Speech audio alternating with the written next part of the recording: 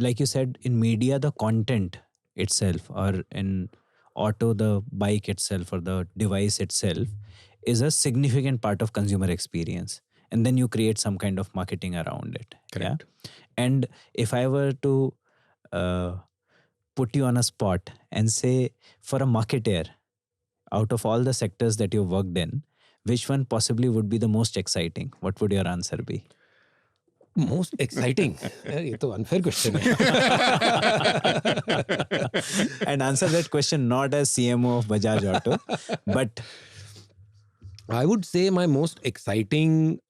Okay, let me answer it. See, excitement in my view, there is excitement in if there is excitement to be found in whatever you do. Okay, but I'll tell you my most fulfilling stint. Okay, and I'll qualify that as well. The most fulfilling stint was when I was handling Bonvita. okay. That was my most fulfilling. Yeah. And that's not to say that I wasn't excited by all the stuff that I did on chocolate, etc., etc. But my most fulfilling thing was on Bonvita. Mhm. Because I think in Bonvita, we truly changed the discourse of the way the category communicated, and forget about communication, the way it oriented itself towards customers.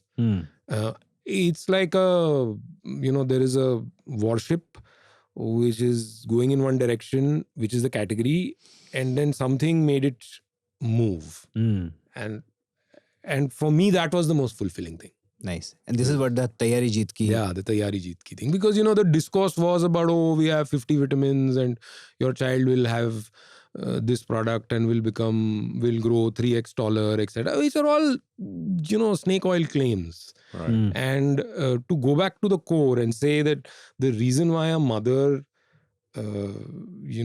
puts 2 spoons of Bonvita into a glass of milk to get back to that, that emotion and to see it work, and then have, pretty much the entire category orient itself is very fulfilling. Wow. Nice. And it still holds water, right? It's still been 15 years now? Yeah, it's going to be 10 years. 10 years. 10 years. And it still holds. It still owns. Yeah. Brilliant. So that... And in fact, I'll tell you one more anecdote on this, okay? And you guys have worked in Cadbury. So, Bonvita is number 2, right? The distance with number 1 is vast. Yes. Right? We were, 15%, and Horlicks and GSK was 50%, right? Yes. And once that campaign came out, that mother racing one, and I got 2 calls. And I must say that it was very special. One was, I got a call from Piyush Pandey, who called to say that I just wanted to say brilliant ad. Nice. Okay, that's it. And the second call that I got was from somebody who used to head marketing at GSK, who was a senior of mine from college, Nice. Shubhajit Sen. Shubhajit Sen. Yeah. So he called up and he said, I wish I had made this ad. Wow. Oh, nice. That's a very, very nice compliment to her. Yeah. So, that's why for me, this was the most fulfilling. Brilliant. I think it also says that look for fulfillment and not excitement. And fulfillment comes from doing work which possibly helps you alter the category, or, helps you possibly get deeper understanding of consumer, and then demonstrate it in some kind of brand work. That's right. Look, if you work, forget about marketing, etc. If you work in a category, your ultimate sort of ambition should be that you do something which will change the fortunes of your brand or your category or the business, right? And I'm, audio listeners, I'm making 3 levels with my hand. So this is what you aspire to. Now, if all 3 happen, then, it's great. Yeah, and that's a beautiful example you also gave, Narayan. It takes me back to the question Sudeep asked. To say, if I were to say in FMCG, marketing is the central function, and in other industries, marketing functions more as a support system for whatever the central function. Yeah. In that scenario, who is the champion of the brand experience?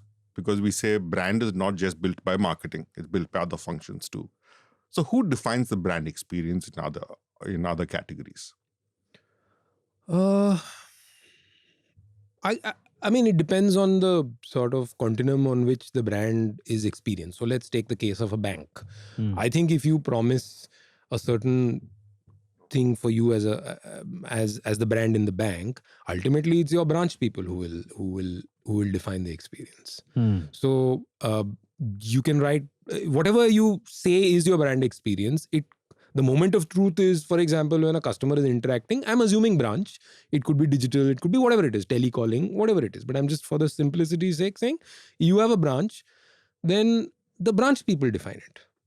It's the touch point of the consumer. Absolutely, it has to come alive at that moment. You call it moment of truth or whatever it is, and this will be different in different categories, right? I mean, in automobile, a large part of stuff happens at our dealerships. A lot happens actually post purchase. Now, this is a wonderful category where actually your brand has a lot of opportunity to appeal to customers post purchase as well.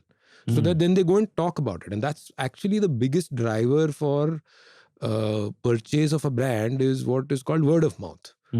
So what people say about an automobile, whether it is a motorcycle or whether it is a four-wheeler, matters.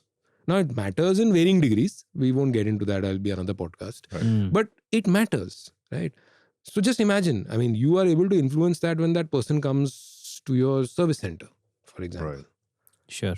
So then I would say that is important. Now, who is the holder? Again, it's difficult. I'm hesitating from saying there is one person. Yeah. Right. Because again, it is at times when you grow in scale, then it becomes very complicated. There are so many touch points.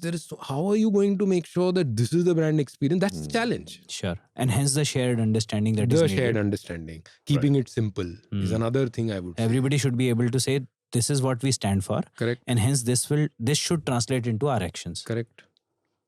Good I mean, it has to, you can come up with a nice statement, but then how is that going to be interpreted and understood and put into action by, the last person, the last mile person, is also something that's important. And that becomes important in a lot of these categories. FMCG is, look, at the end of the day, an FMCG is a packaged product. I mean, somebody unwraps a piece of chocolate, eats it, and it's over. There is no Continuous engagement. feedback or continuous engagement. You're done, right?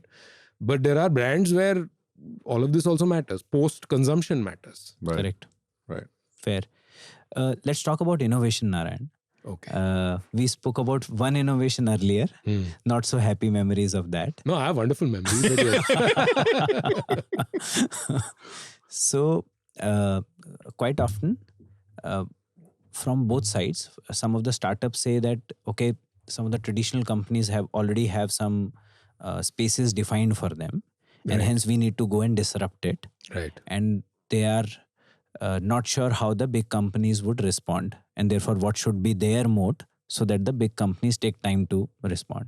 On the other side, the big companies are continuously looking around to see who is disrupting them next and how should they be responding. And that's a battle that we see playing out now very, very well, especially because digital has now created democratic access to consumers. Right.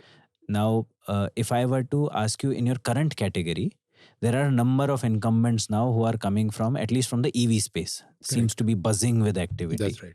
Now, as a big brand, how should one look at competitors like those? And therefore, how should one prepare their own marketing teams and the organization to respond to such competition?